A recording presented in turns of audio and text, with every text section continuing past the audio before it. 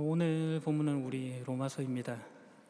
사도 바울의 로마서는 신약 성경, 나아가서 기독교 신학 전체에서 가장 중요한 문헌 중의 하나로 평가됩니다. 종교개혁가 마틴 루터는 신약의 가장 중요한 부분 그리고 가장 순수한 복음이다라고 말하기도 했고, 존 칼빈 같은 경우에는 이 로마서를 이해한다면 성경 전체에 문을 여는 것과 같다, 이런 식의 표현을 하기도 했습니다. 로마서가 기독교 신앙의 핵심 교리를 체계적이고 심오하게 논증하고 있는 것이죠. 오늘은 이 로마서의 이제 시작을 알리는 서두, 머릿말입니다. 그러나 단순히 머릿말이라고 해서 인사말 정도로 그 뜻을 전해주고 있지는 않습니다. 이 1절에서 7절까지의 7구절은 사실 헬라어 원문으로 보게 되면 176개의 단어로 구성되어 있는 하나의 긴 문장입니다. 하나의 문장으로 되어 있어요. 사도 바울이 의도적으로 지금 한 문장으로 지금 이 긴 내용을 전달함으로 인해서 독자들로 하여금 하나님의 말씀을 밀도감 있게 딱 전달해 주려고 하는 그런 의도를 가지고 있다고 하겠습니다.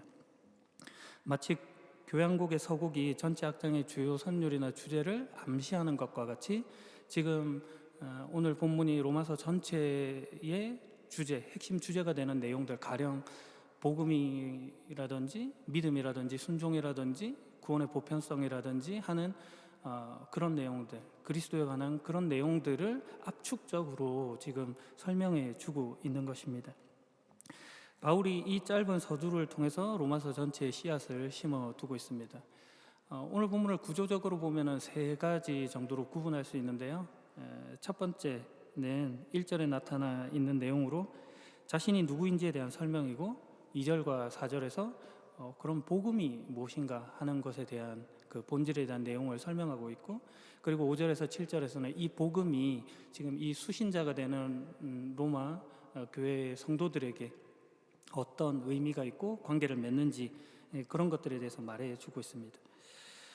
이 내용은 로마 수신자들이 마주한 상황과 밀접하게 연결되어 있습니다. 로마서가 쓰이기 수년 전에 이 로마 교회는 큰 풍파를 맞이하게 됩니다.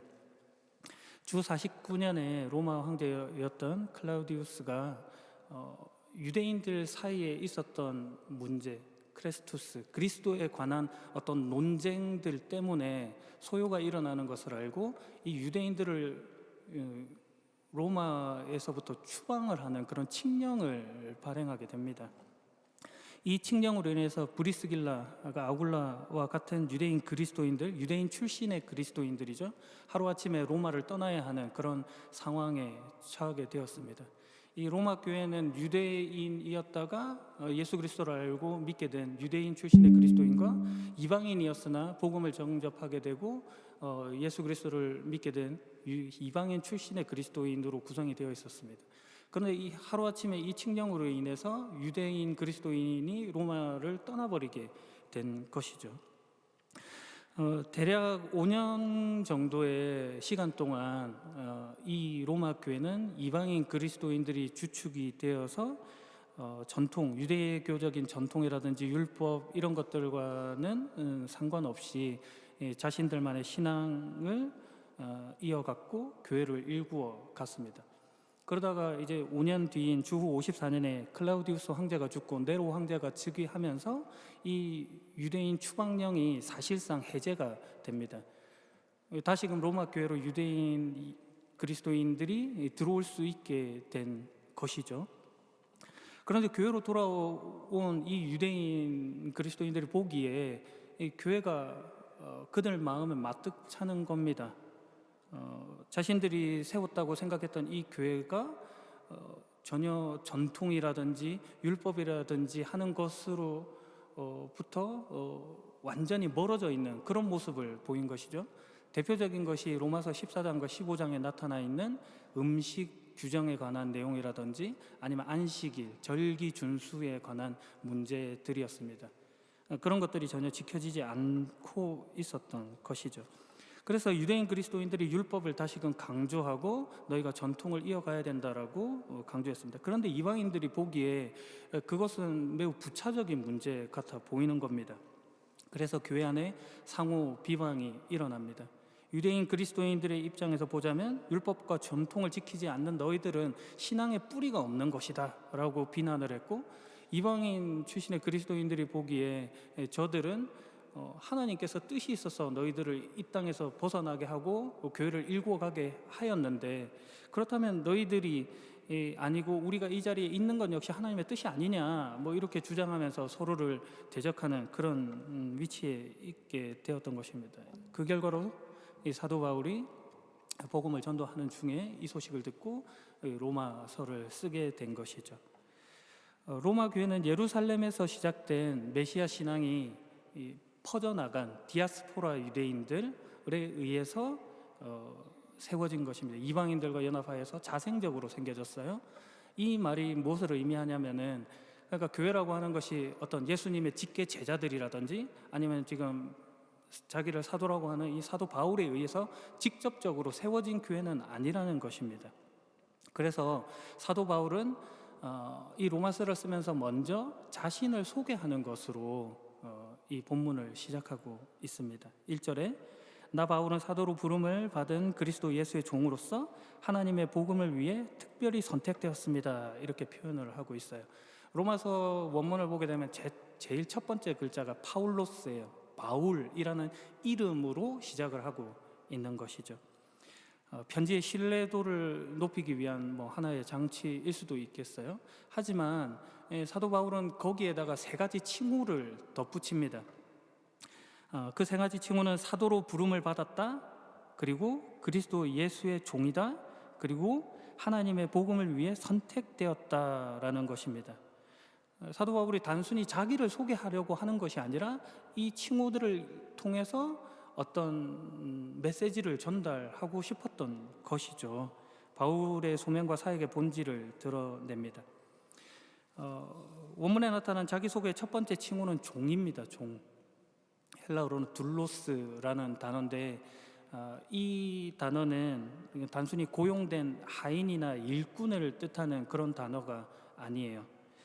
자신의 의지나 권리가 전혀 없는 노예를 뜻할 때 쓰는 말이 이 단어입니다. 고대 사회에서 노예는 인격체가 아니죠. 주인의 재산에 귀속되어 있고 자기를 주장할 수 없는 자로 되어 있습니다. 그의 삶과 죽음은 오직 주인의 손에 달려 있는 것이죠. 그런데 사도 바울이 이 단어를 지금 자기를 소개하는 것으로 전달하고 있는 것입니다. 그리스도에 대한 완전한 헌신과 소유권의 이양을 주장하는 것이죠. 그런데 우리가 교회를 한번 생각을 해본다면, 교회는 사실은 노예라는 개념과는 너무 다른 곳이죠. 우리 한국에도 교회가 전파되었을 때 양반과 상놈의 경계가 무너지는 것 때문에 되게 파격적이었다라고 평가할 수 있는데, 교회는 그런 것이죠. 주인과 종이라는 관계보다 자유가 더 크게 작동하는 곳이라고 할 수 있는데, 지금 사도 바울은 의도적으로 이 노예라는 말, 종이라는 말을 쓰고 있다는 거예요. 이것은 사도 바울이 하나님과 자신과의 관계, 그러니까 수직적인 관계를 통해서 지금 수평적으로는 모두가 종이 아니냐, 모두가 노예가 아니냐라고 하고 싶은 말인 것입니다. 그러므로 지금 서로가 서로를 주장하고 있는 너희들 역시도 하나의 평등한 수평적인 관계 속에 있다라는 것을 지금 전달해 주는 것이죠. 두 번째 칭호는 사도입니다. 이 말은 보냄을 받은 자라고 하는 뜻이 있는데요, 단순히 심부름꾼이라는 뜻이 아니고 보내는 자, 그 사람의 권위를 위임받은 공식적인 사절, 대사를 뜻하는 말입니다. 바울이 여기에 부르심을 받은이라고 하는 형용사 클레토스를 사용하여서 자신이 받은 이 사도직이 자신이 가진 어떤 노력이나 열심이나 아니면은 교회의 투표나 인간적인 야망에 의해서 된 것이 아니다라고 지금 밝혀주고 있는 것이죠. 그의 사도적인 권위가 부활하신 그리스도의 직접적인 그리고 주권적인 임명에 근거하고 있다라고 밝히는 것입니다. 사도 바울은 예수님을 믿겠다고 하는 그리스도인들을 핍박했던, 누구보다도 앞장서서 몰아내려고 했던 자였습니다. 그러나 사도행전 9장에서 다마스커스로 가는 그 길 가운데 주님을 만나게 되고 그 부르심 속에서 이방인의 사도로 세움을 받게 되죠. 갈라디아서 1장 1절에 그래서 사도 바울은 자신을 가리켜서, 자신의 사도됨을 가리켜서 사람에게서 난 것도 아니고 사람으로 말미암은 것도 아니고 오직 예수 그리스도, 그리고 그분을 죽은 자 가운데서 살리신 하나님으로 말미암아 사도가 되었다라고 표현해 두기도 했습니다. 그의 사도직이 전적인 은혜의 부르심이었다라고 역설하는 것이죠. 교회 공동체라고 하는 것을, 그러니까 어떤 하나의 교회를 건물로 생각하고 그것에 많은 것들을 투자했다는 것으로 나의 소유권을 주장하고 내가 세웠다라고 하는 표현들이 안 맞다는 이야기를 하고 있는 것이죠. 오직 하나님으로부터 예수 그리스도라는 이름으로 불림받은 공동체가 교회인 것을 지금 선언하고 있는 것입니다. 세 번째 칭호는 선택되었다는 것입니다. 헬라어로 아포리스 메노스라는 단어예요. 분리하다, 구별하여 세우다라는 뜻입니다. 이 단어는 지금 바울의 과거와 현재를 모두 포괄하는 그런 단어예요. 극적으로 대비시키고 있어요. 왜 그러냐면 사도 바울은 자신을 가리켜서 바리새인 중에 바리새인이라고 표현을 했습니다. 히브리어로는 파루시라고 하는 단어인데 이 단어의 뜻이 분리하다예요. 그러니까 사도 바울은 율법의 정결함을 위해서 세상과 자신을 분리한 자, 구별했던 자였어요.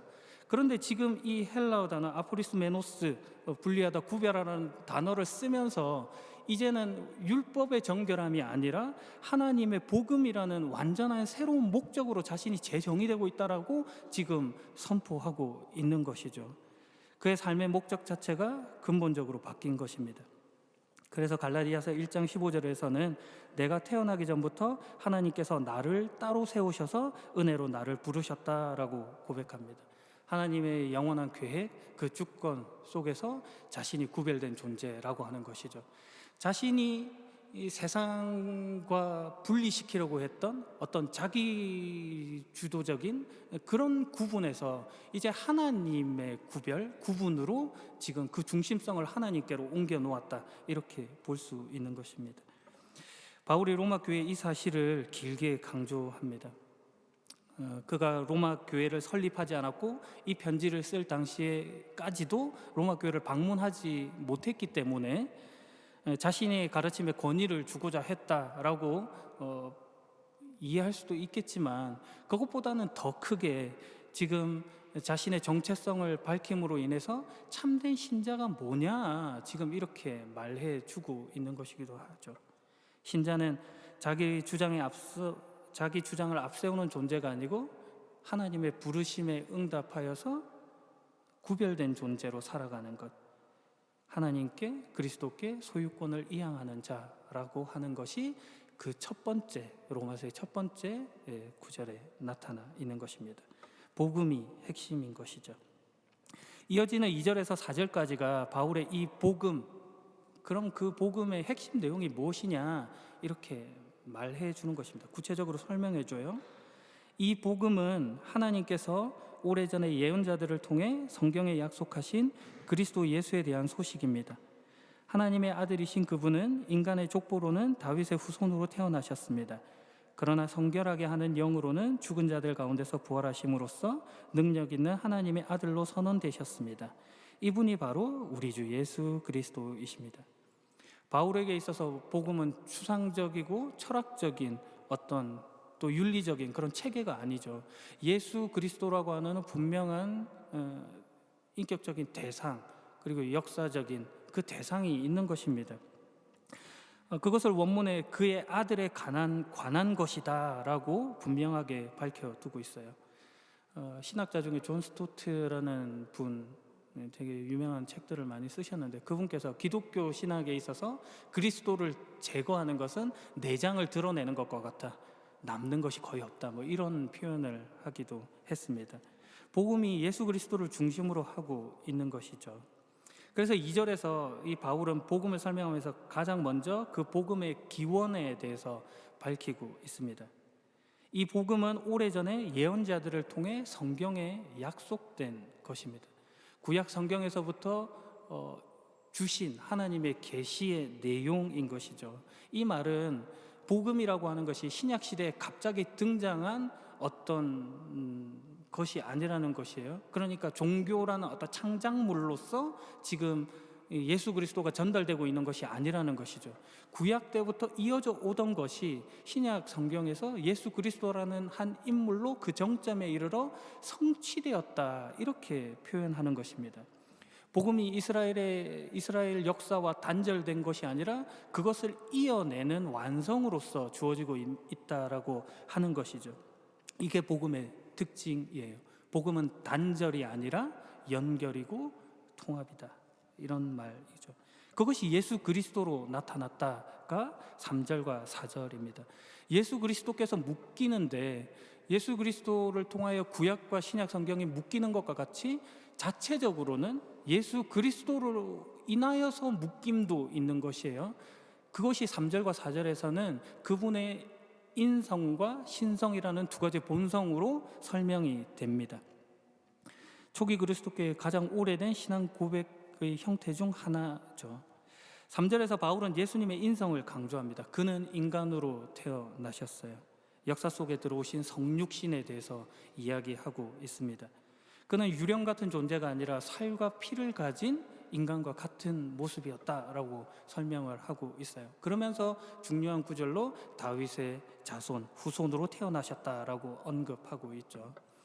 예수님께서 구약 성경에 예언되어 있던, 그러니까 사무엘하 7장에 표현되어 있던 다윗의 후손으로 오신다라는 내용을 예수님께서 성취하시는 것입니다. 이를 통하여서 그분의 영원한 왕권에 대해서도 설명하고 있죠. 이처럼 복음은 그의 역사적이고 구체적인 인간 실존을 깊이 뿌리하고 있습니다. 4절에서 예수 그리스도는 성결하게 하는 영으로 죽은 자들 가운데서 부활하셨어요. 3절에서 인간으로 오셨다는 말과 완전히 대꾸를 이루고 있는 그런 표현입니다. 여기서 성결의 영은 삼위격인 성령님에 대해서 이야기하는 것은 아니고 예수 그리스도의 거룩하신 을 표현하는 것으로 많은 신학자들이 이해하고 있습니다. 이 신성이 어떻게 증명되는가, 그것을 사도 바울은 죽은 자 가운데서 다시 살아난 부활로 설명을 하고 있는 것이에요. 십자가에서 죽는다는 것이 인간의 가장 낮아짐의 모습이었다고 한다면, 부활이라고 하는 것은 하나님의 신성을 가장 영광스럽게 극적으로 드러내는, 높이는 방식이다라고 지금 증거하고 있는 것입니다. 부활이 단순히 살아나는 소생의 문제가 아니라 죄와 사망의 권세를 정복한 그런 하나님의 능력을 표현하는 말이라고 표현하는 것이죠. 결론적으로 2절부터 4절까지 바울이 설명하는 복음의 핵심은 예수 그리스도는 구약 성경에서부터 약속되어져 온 인물이고, 그분의 신적 본성은 죽음을 이기신 부활의 능력으로 말미암아 확증되었다. 이것이 우리가 믿는 예수 그리스도다, 이렇게 표현하는 것입니다. 왜 이런 식으로 지금 사도 바울이 말하고 있냐면, 유대인 출신의 그리스도인 입장에서는 구약 성경만 중요한 거예요. 율법이라고 하는 것. 그런데 또 이방인 입장에서는 그건 뭔데 이렇게 하고 있는 것에 이거 중요하다, 이게 울타리가 되고 브레이크가 되는 것이다, 이렇게 표현하는 것이죠. 막아서는 울타리가 아니라 보호하려고 있는 것이고, 브레이크가 있어서 마음껏 자유롭게 속도를 낼 수 있게 하는 게 율법이 아니냐, 이렇게 지금 표현하고 싶은 것입니다. 반대로 부활이라고 하는 능력, 그러니까 어떤 영적인 그런 경험, 이런 것들을 강조하여서 또 유대인 그리스도인들이 말하고 주장하고 싶었던 이 율법만이 아닌 이방인 그리스도인의 편까지도 함께 들어주고 있는 것이죠.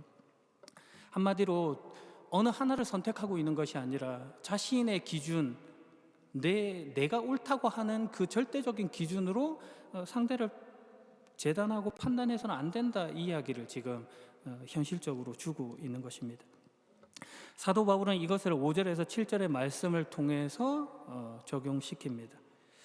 그분을 통해 우리는 은혜와 사도의 직분을 얻었습니다. 우리가 해야 할 일은 모든 이방인들을 불러 주 예수 그리스도의 이름을 믿고 순종하게 하는 것입니다. 여러분도 그들과 함께 부르심을 받아 예수 그리스도의 사람이 되었습니다. 하나님의 사랑을 받아 성도로 부름을 받게 된 로마에 있는 모든 분들에게 하나님 우리 아버지와 주 예수 그리스도께서 은혜와 평강을 내리시기를 바랍니다. 복음의 핵심이 예수 그리스도임을 밝힌 바울은 이제 그 복음이 자신과 로마 교회 성도들의 삶에 어떻게 적용되고 궁극적으로 어떤 목적을 향해 있는지를 밝히고 있죠. 복음이 단순히 지적으로 동의하고 끝내버릴 문제가 아니고, 그런 교리가 아니고 개인의 삶, 그리고 나아가서 공동체, 그리고 온 세상에 영향을 미치는 것이어야 한다, 이렇게 표현하는 것입니다. 그래서 5절에서 자신의 사명을, 6절에서 로마 성도들의 정체성을, 7절에서 모두가 누리는 축복에 대해서 언급하고 있어요. 5절에는 바울은 그분을 통해 은혜와 사도의 직분을 얻었다고 밝힙니다. 은혜라고 하는 말은 받을 만한 자격이 없는 자에게 주어지는 하나님의 호의, 선물이죠. 구원의 기초가 되는 것입니다. 교회를 핍박했던 죄인이었던 사도 바울이 구원받은 것은 전적인 하나님의 은혜였던 것이죠. 그래서 자신이 이 구원을 얻게 되었습니다. 그런데 여기서 멈춰 있지 않아요. 지금 개인의 구원으로 복음을 설명하고 있지 않고 이어서 사도의 직분을 얻었다라고 지금 나아가고 있는 것입니다. 개인의 구원으로 하나님의 뜻하심이 멈춰 있는 것이 아니고 더 확장되어 가는 것을 지금 설명하고 있는 것이죠. 그리고 그 이유는 모든 이방인들을 불러 믿고 순종하게 하는 것입니다. 여기서 모든 이방인이라는 표현에서 알 수 있는 바와 같이 유대인뿐만 아니라 온 열방을, 세상 온 민족을 가리키는 복음의 보편성이 명확히 나타나 있는 것이죠. 이 표현은 로마서 마지막 장에 가게 되면 마지막 절 바로 앞에 로마서 16장 26절에 반복되어서 기록되어 있습니다. 그러니까 책의 첫 부분과 마지막 부분에 수미 상관 구조라고 그러죠. 이런 구조를 통해서 지금 이 핵심을, 개념을 나타내고 있는 것입니다. 믿음과 순종이라고 하는 것이 예수 그리스도의 이름을 위하여, 그리스도의 영광을 위하여 수행되어야 된다라고 표현하는 것이죠. 그래서 6절에 모두는 그리스도의 사람이 됩니다. 이제 그들은 예수 그리스도의 것이 되어요. 단순한 초대가 아니라 거부할 수 없는 하나님의 부르심, 그 선언인 것이죠. 예수 그리스도의 사람이 되었다. 이 고백이 로마 교회 성도들에게 큰 위로와 도전이 되고 확신이 되었습니다. 7절에 서신의 머릿말의 마지막은 수신자를 향한 축복의 기원으로 마무리됩니다.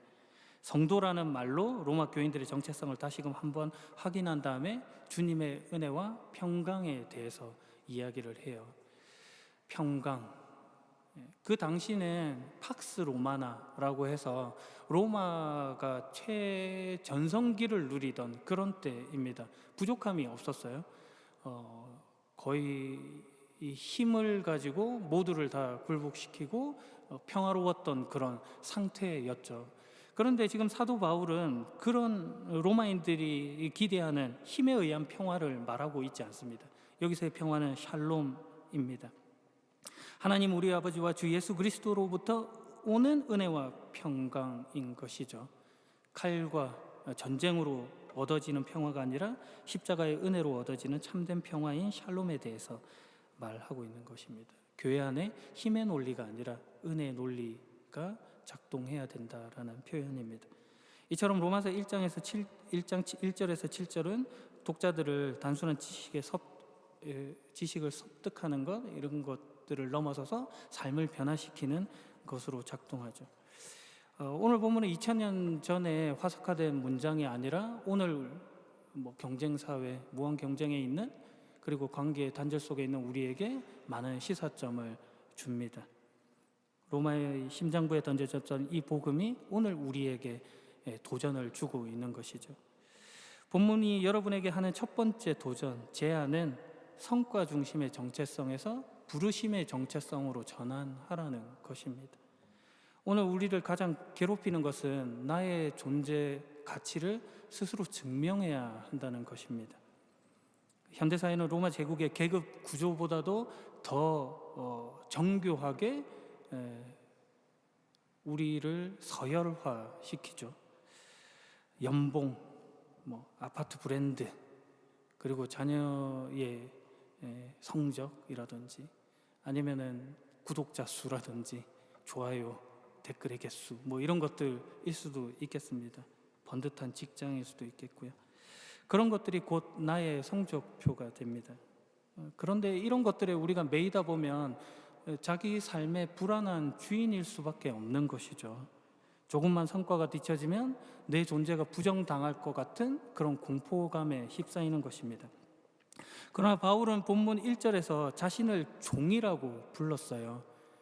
앞서 말했던 바와 같이 종이라고 하는 것은 주인에게 자신의 모든 소유권을 이양한 자입니다. 이것은 스스로를 억압시키는 것이 아니라 오히려 그 주인 안에서 자유함을 얻겠다고 하는 것이죠. 내 인생을 주인의 손에 맡김으로 인하여 그 분의 책임을 받겠다라고 하는 것과 같습니다.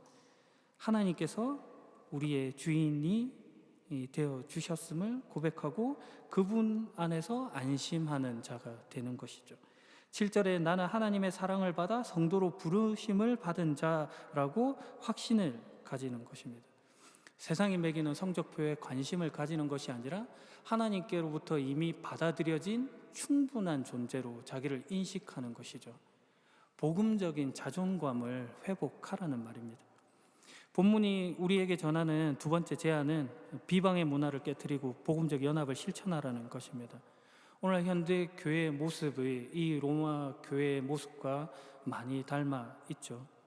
서로 다른 정치적인 견해, 세대 간의 갈등, 그리고 신앙 스타일의 차이로 인해서 공동체 안에서 보이지 않는 벽이 생기고 상호 비방하는 그런 모습들도 있습니다.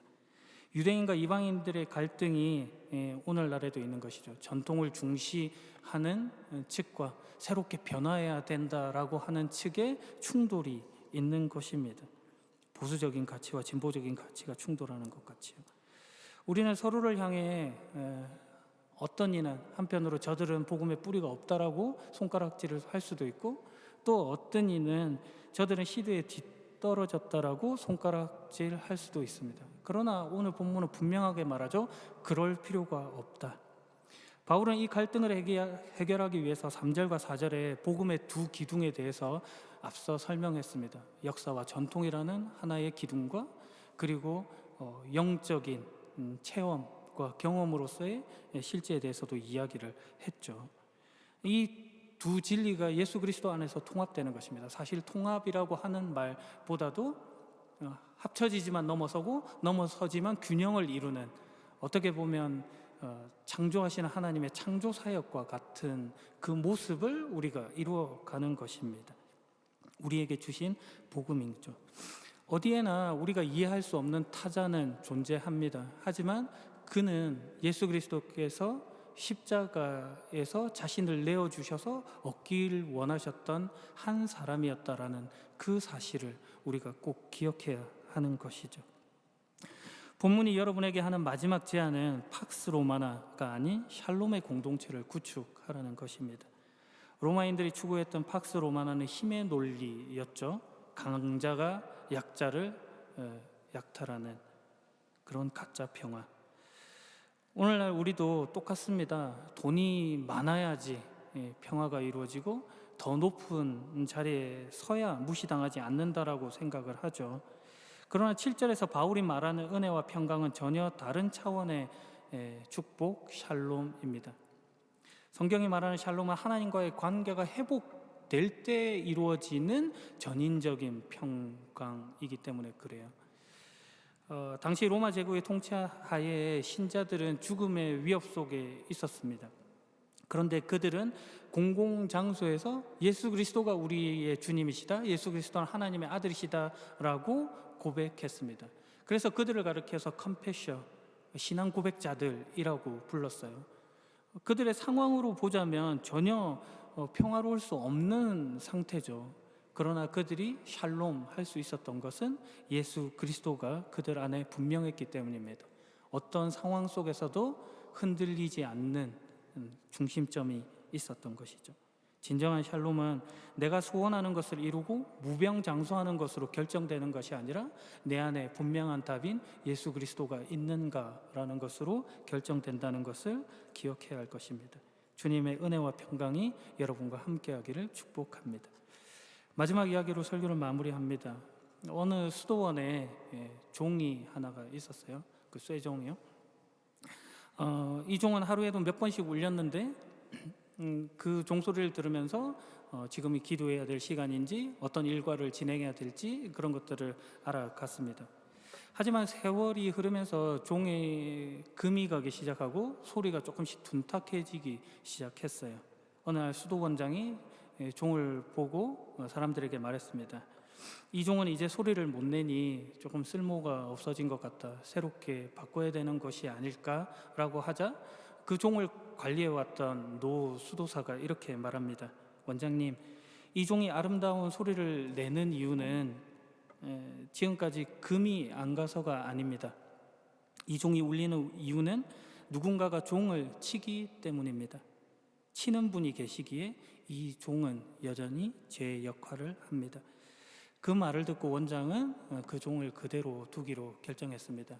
많은 수도사들이 그 이야기를 듣고 이 종이 울릴 때마다 이런 고백을 합니다. 우리가 운전해서 불린 것이 아니라 불러주시는 분이 계셔서 오늘도 살아간다. 불완전한 종소리 속에서 의미를 찾아간 것이죠. 오늘 본문이 말하는 신자의 정체성도 같습니다. 우리는 완전해서 불림받은 자가 아닙니다.